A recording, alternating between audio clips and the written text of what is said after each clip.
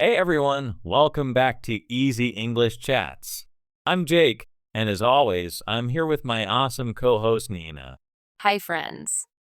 I'm Nina, and today's episode is all about how learning English can totally change your life, even if you're just starting out. Jake, do you remember when you first realized how powerful knowing English could be? Oh, absolutely. I remember traveling in Thailand years ago. I barely knew the language, but I found that just by speaking a little English, I could make friends from all over the world. It was like having a magic key that opened doors everywhere I went. I love that English as a magic key. But some people might feel like, my English is too basic, so it won't help me. What do you say to those beginners? I'd say even the most basic English can open up so many new opportunities. For example, think about the internet. So much content is in English. Even understanding simple phrases lets you learn new things, watch cool videos, or connect on social media. Speaking of social media, did you know that over 1.5 billion people are learning English right now? That's like 1 in every 5 people on Earth. You're joining a massive global club. Exactly. And you never know when you'll use it. I once helped a lost tourist find their hotel in my city just because I could say, turn left at the bakery. We ended up laughing and sharing travel stories at a cafe. Wait, so just turn left at the bakery led to a whole new friendship? That's amazing. It makes me wonder, what are some super simple English phrases that are useful in everyday life? Great question. Phrases like, how are you? Where is? Can you help me? Those are gold. Even just thank you or excuse me can start a friendly conversation. Simple doesn't mean unimportant. True. Sometimes the easiest phrases are the most powerful. What about confidence, though? A lot of beginners worry about making mistakes. That's so common, and honestly, everyone makes mistakes, even native speakers. One time, I accidentally said, I'm chicken instead of I'm chickening out. The person I was talking to thought I was literally turning into a bird. Ha! I hope you flapped your wings for effect. But seriously, mistakes can be funny and memorable. Do you think making mistakes actually helps people learn? Absolutely. Mistakes are like little stepping stones. Every time you mess up and laugh about it, you remember that word or phrase better next time. Plus, most people appreciate your effort and are happy to help. That's so true. I remember trying to say, I'm full after eating in the US, but I accidentally said, I'm pregnant. The waiter gave me the funniest look. Oh no, that's a classic language fail, but hey, you never forget that word again. It's all part of the adventure. Speaking of which, Nina, have you ever used English to get out of a tricky situation? Oh, yes. Once in Paris, my French failed me, but my English saved the day.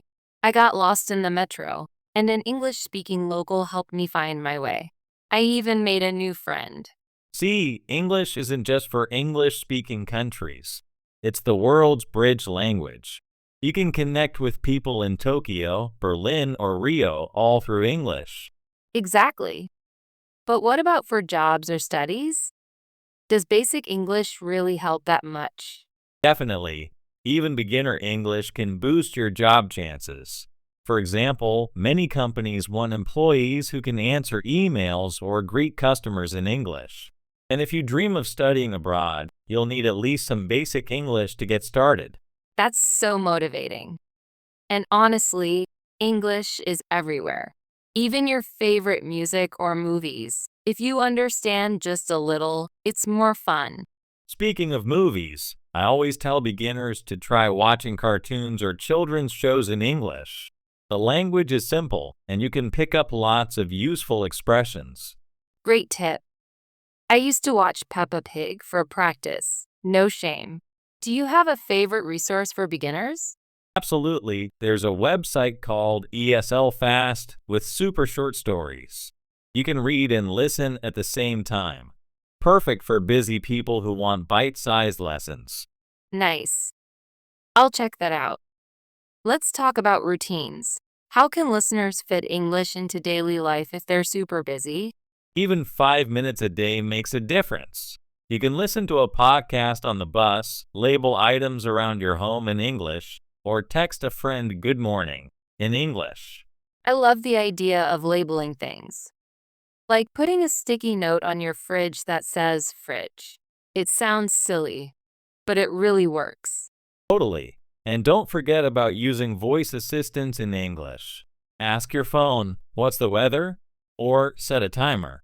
It's practice, and it feels natural. That's a good point. Everyday English doesn't have to be boring or hard. So, let's see if someone feels shy about speaking. What's a gentle way to start? I'd say try talking to yourself first. Describe what you're doing. "I am making coffee." Or record your voice and listen back. It helps you get used to the sound of your own English. That's smart. Also, online language exchange apps are amazing. You can chat with people all over the world who want to learn your language, too. Yep. I once practiced with a guy from Brazil. He taught me Portuguese, and I helped him with English. We both laughed at our mistakes and learned a lot. So, no matter where you are, you can find a language buddy. But Jake, some listeners might say, I'm too old to start. What do you say to that? It's never too late. I met a woman in her 70s who started learning English because she wanted to travel. She said it made her feel young again, like she was discovering a new world. That's inspiring. English is for everyone, kids, adults, grandparents. And every new word is a win. Absolutely. I always say celebrate the small victories. If you order coffee in English and the barista understands you, that's a reason to be proud. Love that. Okay, let's switch gears a bit. We got an email from a listener named Maria. She writes, I'm a beginner and afraid to speak English at work. How can I feel more confident? Great question, Maria. Start small. Try greeting your colleagues with "Good morning" or "How are you?" each day.